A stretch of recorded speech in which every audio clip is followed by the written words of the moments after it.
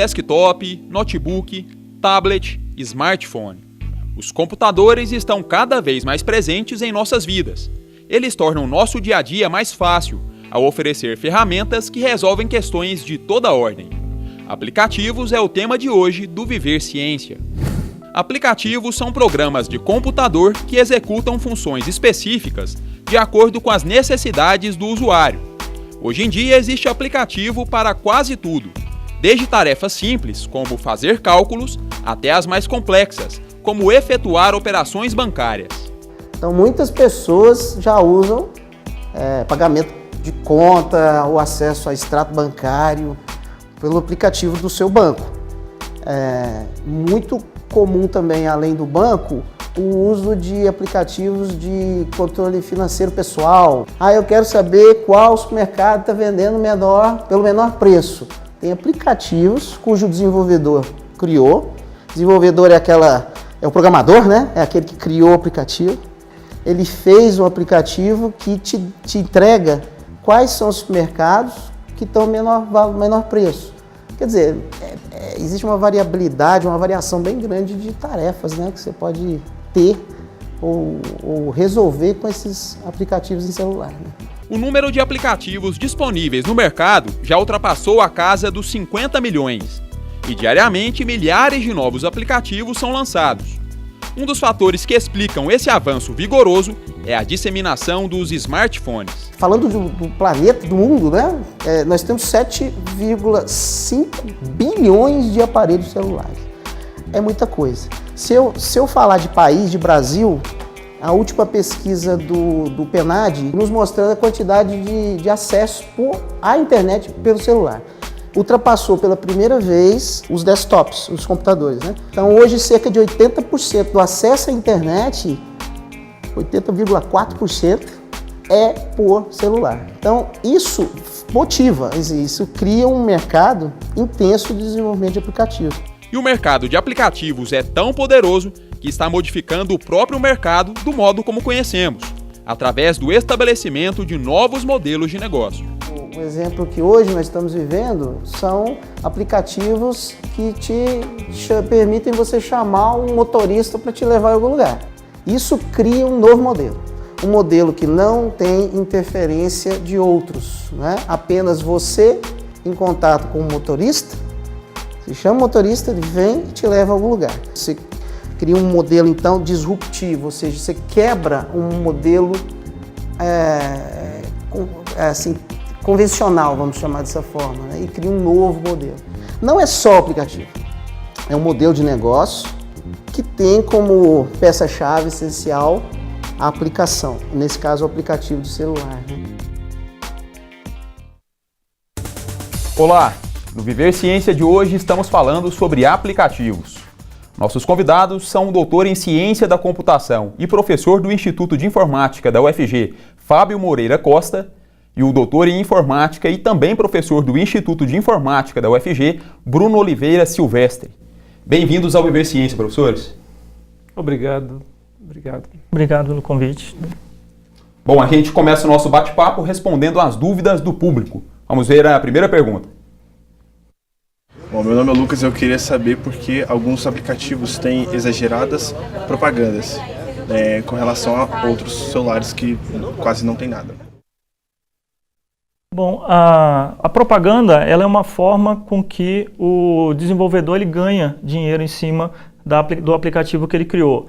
Então, é como se fosse outdoor que você paga, né, para você ter uma visibilidade. Então, ele colocando aquilo na aplicação, né, o desenvolvedor ele vai receber algum dinheiro, alguns centavos, dependendo da visualização e da importância que ele tem em cima disso. Alguns desenvolvedores podem optar por não colocar essas propagandas, até exatamente para não, digamos assim, causar algum desconforto em quem está utilizando. Ou até a aplicação, ela não é o foco da forma como é que o desenvolvedor ganha dinheiro. Então ele pode simplesmente retirar todas as propagandas que estão ali, né? E com isso ele vai tornar mais limpo e também o modelo de negócio, digamos assim, dele é diferente dos outros aplicativos, né? Ok, próxima pergunta. Meu nome é Matheus Rodrigues e eu gostaria de saber por que alguns aplicativos, quando a gente baixa, ficam pedindo acesso a fotos, a algumas localizações. O que eles objetivam com isso? Por um lado, essa é uma medida de segurança, inclusive, ou seja, o aplicativo nos dá ao usuário a oportunidade de permitir ou não o acesso a esses dados pessoais armazenados no dispositivo. Agora, é sempre bom observar se os dados aos quais o aplicativo está pedindo acesso têm alguma relação com a função do aplicativo. Por exemplo, se o aplicativo tem alguma relação com mapas, é natural que ele tenha acesso à localização do dispositivo, à localização do usuário. Por outro lado, esse aplicativo provavelmente não teria nada a ver com fotos, então ele não deveria estar pedindo acesso às fotos. É sempre bom olhar para a lista de permissões de acesso que o aplicativo está pedindo e conferir com a funcionalidade do aplicativo. E, obviamente, observar as opiniões de usuários para tentar tirar alguma conclusão sobre a procedência do aplicativo em si, se é um aplicativo fidedigno, se é um aplicativo que merece a confiança do usuário. Ok, próxima pergunta na tela. Meu nome é Ana Carolina e eu gostaria de saber como que os desenvolvedores de aplicativos gratuitos conseguem lucrar em cima disso, já que a gente não paga. Bom, ele pode lucrar através das propagandas, como a gente já tinha respondido na primeira, então ele vai, como se fosse alugar espaços no aplicativo para ele poder colocar essas propagandas para o usuário, né? Uma outra forma dele lucrar em cima disso, infelizmente, por exemplo, você capturar informações sobre o usuário, né? A localização, idade, quando você preenche aquele formulário, e o que vai acontecer é que ele vai gerar o perfil do usuário, né? E aquele perfil do usuário ele pode, por exemplo, ser vendido, tá? Ou você tem empresas parceiras de tal forma que ela consulta esse perfil do usuário, né? E você trabalha como se fosse marketing direcionado, né? Com isso ele vai saber a idade da pessoa, se ela tem localização, e com isso ele vai conseguir focar mais propagandas de terceiros, por exemplo, para alguma venda, alguma oferta em cima desse perfil de usuário. Okay? É uma prática ilegal, professor? Não tem nenhuma legislação sobre isso ainda, tá? Pelo menos que eu conheça. Mas é bem comum você ter empresas recolhendo essas informações dos usuários. Ok, o Viver Ciência faz agora o seu primeiro intervalo. A gente volta em instantes. Ainda hoje, você vai conhecer um sistema desenvolvido por pesquisadores da UFG e da França que auxilia os programadores na criação de aplicativos. E no quadro Casulo de Ideias, Heitor e Camila falam sobre os aplicativos que mais usam. É o do relâmpago. Só esse. Porque eu te dei o resto e deixei só um.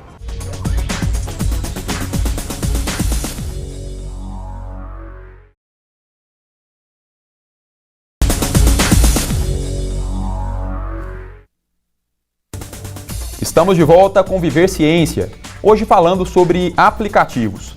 Aqui no estúdio comigo estão os professores do Instituto de Informática da UFG, Fábio Costa e Bruno Silvestre. Um levantamento de uma empresa do ramo de internet móvel aponta que cada brasileiro usa, em média, 29 aplicativos por mês em smartphones e tablets. Mas a grande maioria dos usuários não faz ideia de quão complexa é a tarefa de criar esses programas.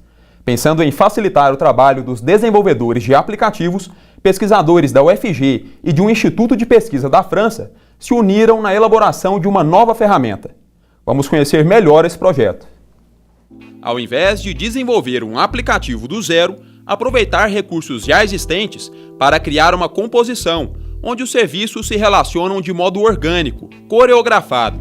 Essa é a proposta do projeto Arcor, sigla em inglês para Encenação Adaptativa de Coreografias de Serviço, um estudo de cooperação entre a Universidade Federal de Goiás e o Instituto Nacional Francês para a Pesquisa em Ciências da Computação. A ideia seria estabelecer uma abordagem para você selecionar serviços e recursos onde esses serviços vão ser implantados, né, para criar composições de serviços que a gente chama de coreografias. né? E a gente trabalha com um conjunto de coreografias. Ao invés de implantar uma única coreografia, a ideia é implantar várias coreografias em conjunto, levando em consideração compativelmente serviços entre elas, né? Ou seja, seria criar aplicativos usando serviços pré-existentes em conjunto. Atualmente, os pesquisadores estão trabalhando em um estudo de caso de um aplicativo voltado para o turismo, capaz de satisfazer o usuário que deseja localizar restaurantes em locais pouco conhecidos. Então ele pode usar, quem está criando aquele aplicativo pode usar um serviço de mapa, né, assim como um serviço de catálogo de restaurantes, por exemplo, e criar uma coreografia de tal forma que os dois colaborem entre si, os dois serviços, para oferecer para o usuário a localidade do restaurante que seja mais próximo. Então, nesse caso, ele vai usar esses serviços que já existem para criar essa coreografia. O diferencial do sistema idealizado pelos pesquisadores da UFG e da França em relação aos já existentes é a capacidade de seleção dos recursos que vão compor as coreografias. O projeto é promissor, segue em construção e nos próximos meses deve ser aprimorado. Então, até agora, a gente já desenvolveu a parte inicial, que seria a implantação das coreografias. Depois que a coreografia está executando, a gente pode ter, por exemplo, aumento na quantidade de usuários daquele aplicativo. E com isso, a qualidade tende a ficar pior. Então, a gente precisa de estratégias de como resolver isso durante a execução das coreografias. Então, o próximo ano do projeto, a gente pretende trabalhar especificamente nessa parte, adaptativa. Professor Fábio, você é o coordenador desse estudo, né? Explica pra gente quais são as vantagens que esse sistema lhe oferece para o desenvolvedor de aplicativos e também para o usuário final. Bom, é importante observar que um aplicativo do tipo que nós usamos costumeiramente no celular, no tablet, ele é composto por duas partes fundamentalmente. O front-end, que é a parte visível com a qual o usuário interage tipicamente, e o que nós chamamos de back-end, onde ocorre o processamento propriamente, onde ocorre a computação por trás do funcionamento, que viabiliza o funcionamento do aplicativo, que viabiliza a experiência do usuário com o aplicativo. O nosso projeto tem uma ênfase, um foco nesse back-end, no que está por trás do aplicativo que permite que ele funcione. Como? Provendo uma metodologia e uma plataforma que nós chamamos de middleware para a composição de serviços que já existem, serviços mais primitivos, de forma a constituir, de forma a compor a funcionalidade necessária de processamento da qual o aplicativo necessita. Professor Bruno, quem é o profissional que desenvolve aplicativos? O profissional, na verdade, ele tem que ter uma base de computação, mas a gente, na verdade, tem várias especialidades um pouco diferentes em cada uma das etapas de desenvolvimento, né? Então, quando você começa um aplicativo, na verdade, a primeira coisa que você vai levantar são as tecnologias que você vai utilizar. Você começa por aí já levantando o custo dessas coisas, então tem uma parte que você tem que entender um pouco de software e um pouco administrativo também, financeiro. Depois você vai para o levantamento, efetivamente, do que o software vai fazer. Então você vai visitar o cliente, você vai conversar com ele, vai entender, por exemplo, para que serve a aplicação que você está efetivamente fazendo, né? Depois você entra realmente com a parte de desenvolver programação. Então você tem as pessoas que têm esse perfil ou são contratadas para esse desenvolvimento. E até o layout da aplicação são profissionais que têm também um conhecimento sobre isso, sobre como lidar com o usuário, o que é agradável para ele, quais cores utilizar dependendo da aplicação. E você tem, por exemplo, como esses dados vão ser armazenados, como vão ser guardados na nuvem, localmente. Então, várias dessas etapas você precisa de perfis um pouco diferentes, especialidades um pouco diferentes. Mas, em termos de formação, a computação ela vai te dar, pelo menos, uma grande base sobre essas especialidades, né? E aí futuramente, você vai desenvolver mais em cima da especialidade que você tem interesse, né? E a empresa vai, obviamente, precisar desses vários perfis na hora de montar uma equipe para poder desenvolver a aplicação. Professor, o Brasil é apontado como um dos mercados mais promissores, né, para aplicativos. A pergunta é, nosso país possui mão de obra qualificada para desenvolver esses programas? Em termos de desenvolvimento de aplicações, principalmente aplicações móveis, o Brasil, sim, ele está com ele está na vanguarda, digamos assim, da parte tecnológica. Por outro lado, apesar a gente tem defasagem de profissionais, a gente tem alguns profissionais muito bons, mas não é o grande número, a gente tem problema de formar esses profissionais de alta qualidade. Então tem uma demanda das empresas por profissionais de alta qualificação, tá? Mas esses profissionais que a gente consegue formar para o mercado, eles têm uma qualificação muito boa. A gente só precisa aumentar exatamente o volume desses profissionais no mercado. Como você viu na reportagem, o sistema Arcor é desenvolvido por pesquisadores da UFG em parceria com o Instituto Nacional Francês para a Pesquisa em Ciências da Computação.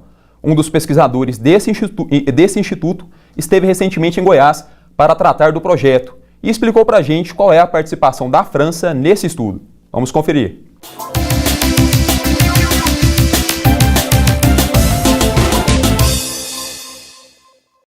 I am Nicolas Giorgantes. I am a researcher at INRIA in Paris. INRIA is the National Research Institute of Computer Science in France. And so I'm here visiting UFG. In this collaboration we have with Professor Fabio Costa and Professor Ricardo Rocha of UFG. So our role in this project is to bring our expertise in mobile distributed systems, and we collaborate with UFG. They do research in cloud-based systems, and we had this opportunity to work together towards some common research. It's very important for all areas of research to have international collaborations. And so it is this common project, the name is Arcor, where we combine our research work, both from INRIA and from UFG and the research group of Professor Costa. Agora fala assim pra gente, fique ligado, o Viver Ciência volta já, olhando pra cá. Fica ligável. Fique ligado. A internet vai voltar.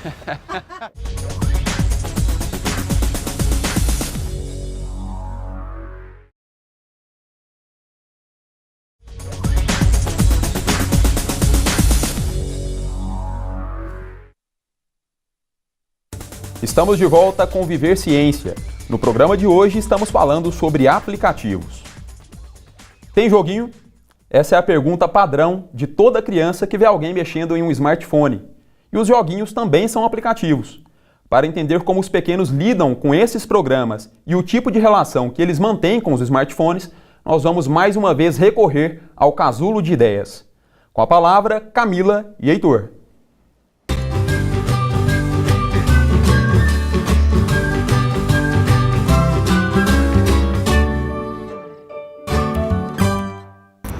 Meu nome é Camila e tenho 5 anos de idade. Meu nome é Heitor, eu tenho 5 anos.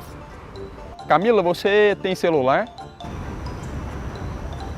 Não? Só de brinquedo. Heitor, você tem celular? Não. Mas na sua casa tem gente que tem celular. Tem 3. Minha avó, minha mãe e meu tio. Você usa esses celulares? Eu uso da minha avó para jogar e assistir. Jogar Brain Dog e assistir Mônica. Eu mexo no celular da minha avó. E o que você faz no celular dela? Vejo filme, mas eu tirei todos os jogos e não tá deixando mais o celular. Por quê? Porque tava muito ruim. Tinha muito joguinho? Muito joguinho ruim. O do relâmpago. Só esse. Porque eu tirei o resto e deixei só um. Aí eu fui mexendo da minhoquinha, aí ficou 2. Aí eu fui tirando da minhoquinha e do relâmpago. Vixe, espera aí que eu confundi tudo agora. Tem quantos joguinhos então no celular? 10. 10? Por quanto tempo você pode usar o celular? Até não chegar a mensagem. Quando chega a mensagem no celular da minha avó, até quando eu esquento, eu fico pensando lá que ele vai quebrar, ou vai pegar fogo, ou vai explodir. E você acha que as pessoas que usam muito o celular pode ter algum tipo de problema? O que acontece com quem usa muito o celular? Muito celular acaba a bateria.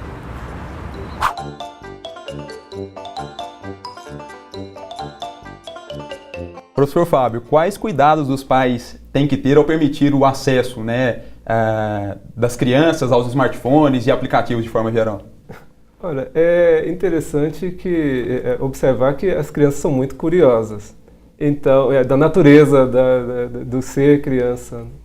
E se um aplicativo ou um jogo tem alguma característica lá escondida, que às vezes nós adultos passamos por ela desapercebidamente, a criança não. Ela vai observar, ela vai enxergar aquela característica escondida e vai utilizar, e vai explorar o aplicativo às vezes muito mais do que nós.